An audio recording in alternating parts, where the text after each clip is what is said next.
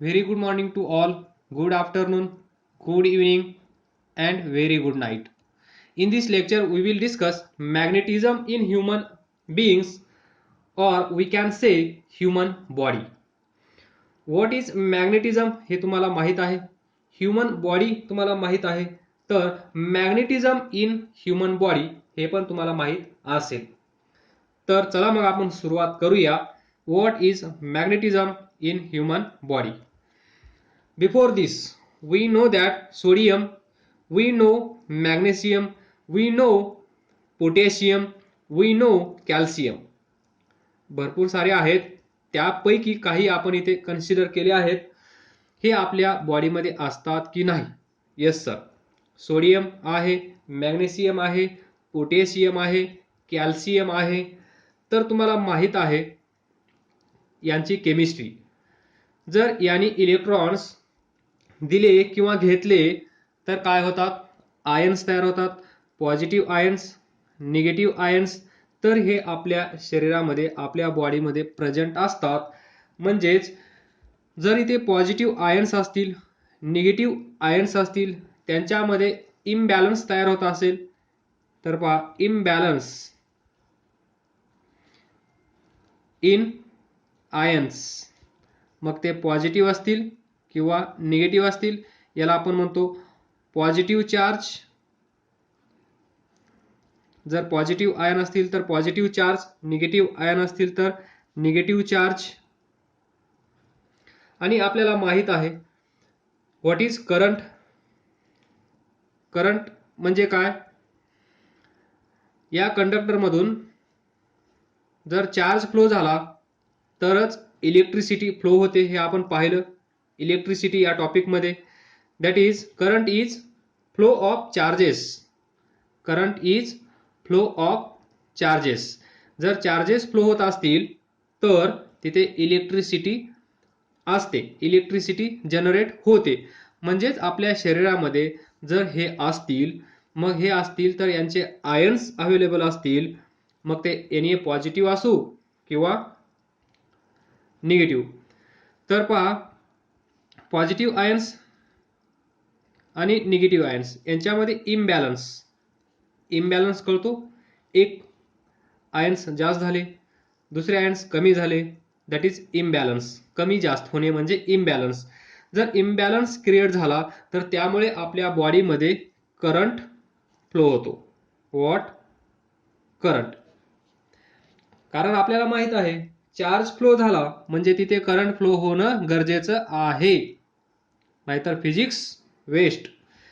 तर पहा, जर चार्ज फ्लो होत असतील तर तिथे करंट फ्लो होणार हे आपल्याला माहित आहे.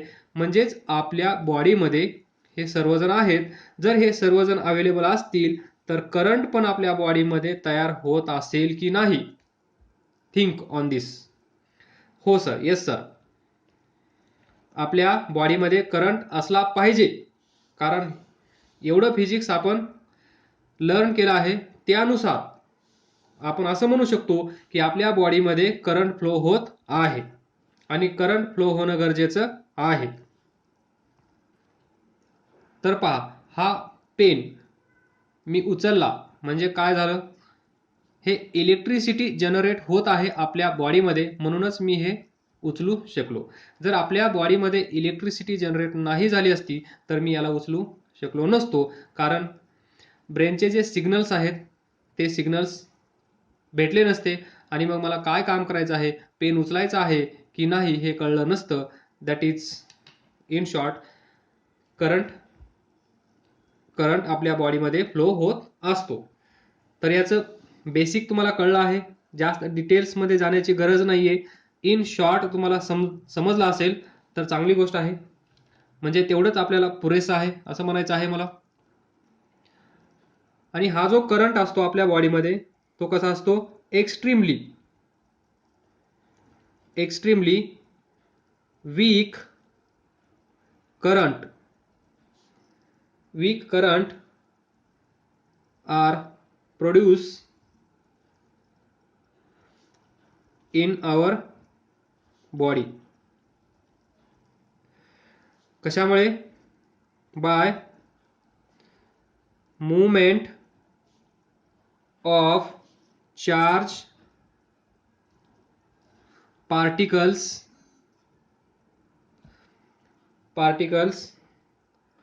called as ions हे आपण डिस्कस केलं आहे.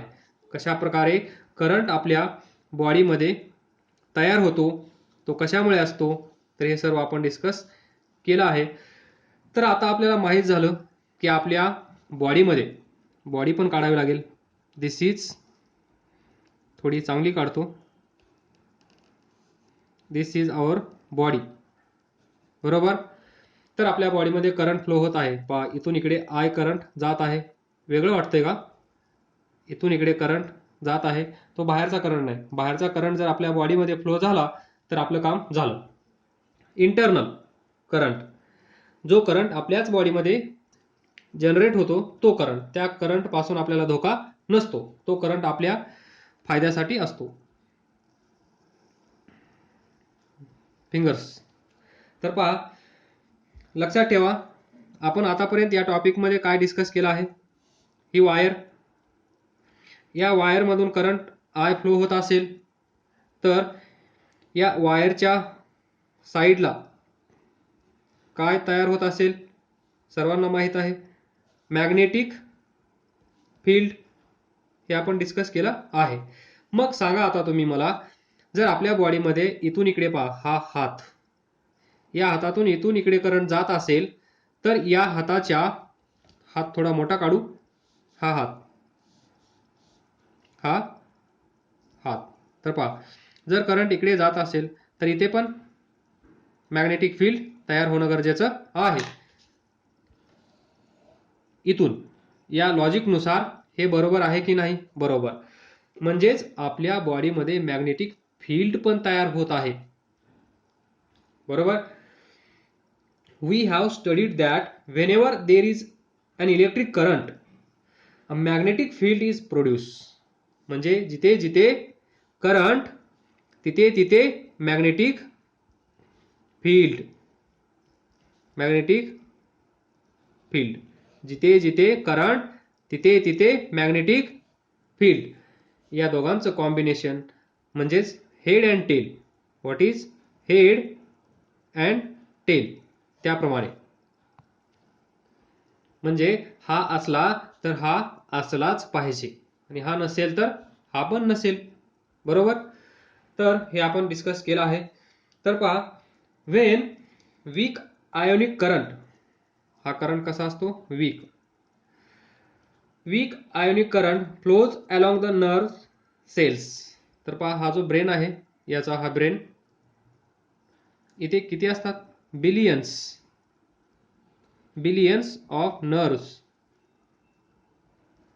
आपल्या बॉडीमध्ये प्रत्येक पार्टला अटॅच केलेल्या असतात. या नर्व्स त्या किती आहेत? Billions of nerves. तर तेवढ्या बिलियन्स ऑफ नर्व्स म्हणजेच तेवढे वायर्स असं कन्सिडर करा. Billions of wires. आपल्या बॉडीमध्ये किती वायर्स आहेत? बिलियन्स. त्यापैकी आपण फक्त इथे एकच वायर घेतो. एकाच वायरच्या भोवती इलेक्ट्रिक सिटी जनरेट झाल्यामुळे, इलेक्ट्रिसिटी इथून फ्लो झाल्यामुळे मॅग्नेटिक फील्ड तयार होतं, हे आपण डिस्कस करतो. पण आपल्या बॉडीमध्ये एकच वायर नाहीये, तर किती वायर्स आहेत? बिलियन्स ऑफ नर्व्स म्हणजेच बिलियन्स ऑफ वायर्स असं इमॅजिन करा. तर काय होईल पहा, they produce magnetic field in our body.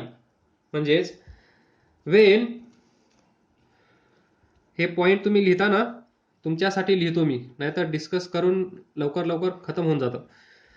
Wien, तुमचं रिव्हिजन व्हावं, नंतर लिहिण्याची गरज पडू नये म्हणून हे सर्व चालू आहे. तर पहा, when the weak ionic current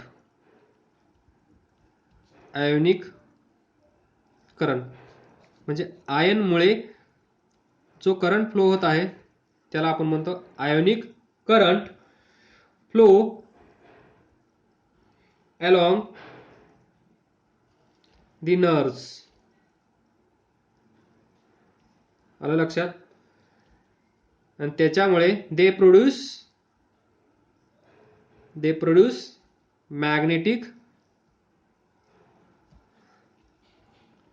magnetic field. In our body. चमत्कार आहे ना? हा, चमत्कारच आहे. Next,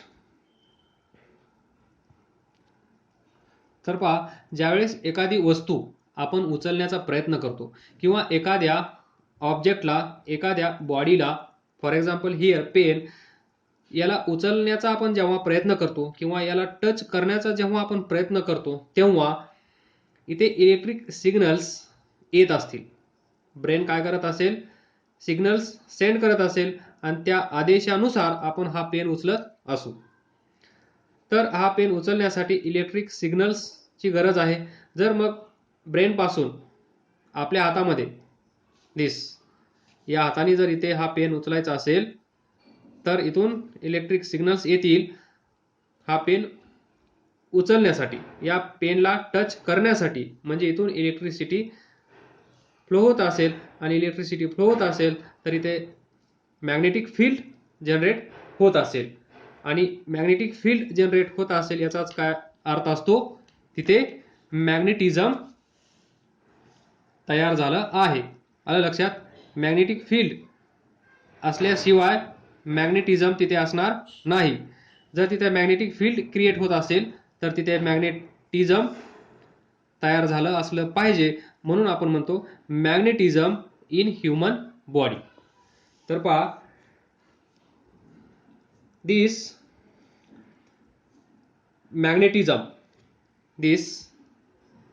magnetism produce in our body is very weak. once again, very weak. लक्षात ठेवा, हे खूप कमी असेल.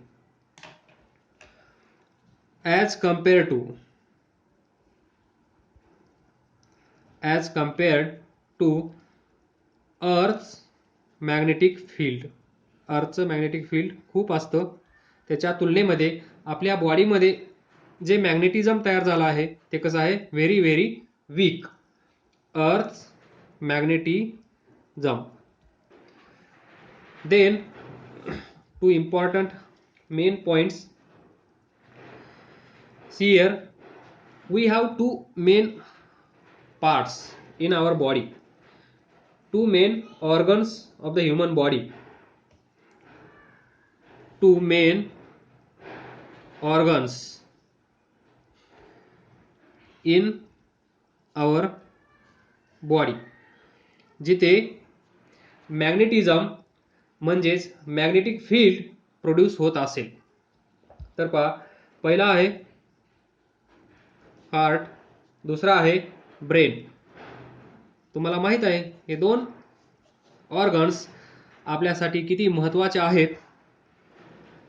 To main organs in our body जिथे लिहा magnetic field produce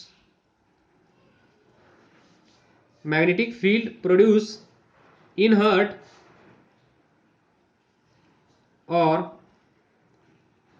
and in brain is produced in heart and brain is quite significant. या प्रत्येक लाईनवर एक क्वेश्चन विचारला गेला आहे. ते सर्व आपण इथं डिस्कस करत आहोत. पाठ झालं पाहिजे, लक्षात राहिलं पाहिजे आणि ते काय आहे ते कळलं पाहिजे. याच्यानंतर सर्व काही व्यवस्थित होईल. तर पहा, याचाच यूज करून म्हणजे आपल्या बॉडीमध्ये मॅग्नेटिझम तयार होतं. याचाच फायदा घेऊन आपण काय करतो? ऐकलं असेल MRI स्कॅन. हे कशामुळे होतं? त्याच्यामुळेच. तर पहा, दिस MRI लिहावं लागेल. MRI where M is magnetic, R is resonance, and I is imaging. आलं लक्षात? MRI स्कॅन, हे तुम्ही ऐकलं असेल. आपली बॉडी स्कॅन करून आपल्या बॉडीमध्ये कुठे डिफेक्ट आहे ते शोधण्याचं काम हे करत असतं, हे मशीन करत असतं. तिथे पहा, त्याबद्दल जास्त बोलण्याची गरज नाही आहे. त्या टॉपिकमध्ये आपण घुसलो तर हे लेक्चर अजून 15 मिनिटांनी वाढेल. त्यामुळे जर कोणाची इच्छा असेल तर व्हॉट्सअपवर मेसेज करा, वी विल डिस्कस. तर पहा काय होतं. तर पहा, हा आहे फोटो स्कॅन केल्यानंतरचा, म्हणजेच पूर्ण हाडाचा सापळा दिसत आहे, पूर्ण ह्युमन स्केलेटन दिसत आहे, आतमध्ये कुठे कोणता पार्ट आहे ते सर्व दिसत आहे. तर हे पहा, इनसाइड ऑफ द बॉडी वाज produce by using magnetic resonance imaging. MRI scan केल्यानंतर ही बॉडी अशी दिसते. पूर्ण बॉडी स्कॅन करण्याची गरज नसते. जर आपला हातामध्ये काय प्रॉब्लेम असेल तर हात स्कॅन करायचा, डोक्यामध्ये असेल तर डोकं स्कॅन करायचा, पायामध्ये असेल तर पाय स्कॅन करायचा. अशा प्रकारे आपली बॉडी स्कॅन करून जिथे प्रॉब्लेम आहे तो डिटेक्ट करून त्याच्यावर ट्रीटमेंट करून आपण व्यवस्थित होतो. त्याच्यासाठी आपण या मॅग्नेटिझमचा यूज करतो. तर पहा MRI साठी एक example. By using MRI scan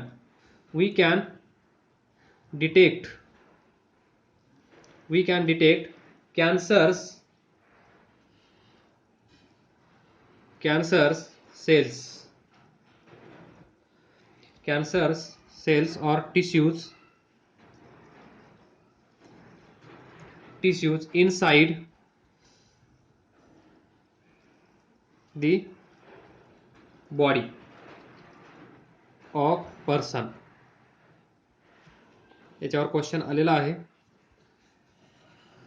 कॅन्सरच्या cells किंवा टिश्यूज ज्या आपल्या बॉडीमध्ये आहेत त्या डिटेक्ट करण्याचं काम आपण MRI चा यूज करून करू शकतो. आणि लास्ट पॉइंट लक्षात ठेवा, जे मॅग्नेटिझम आहे जे आपल्या बॉडीमध्ये अवेलेबल आहे, जे आपण डिस्कस केलं आहे, ते magnetism in human body is actually electromagnetism. What is this? Electromagnetism. Electro म्हणजे ड्यू टू इलेक्ट्रिसिटी फ्लो झाल्यामुळे जे मॅग्नेटिझम तयार झाला आहे त्याला आपण म्हणतो इलेक्ट्रोमॅग्नेटिझम. एवढंच तुम्ही लक्षात ठेवा.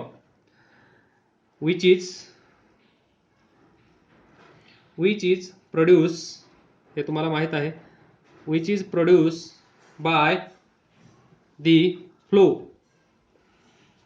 of ionic current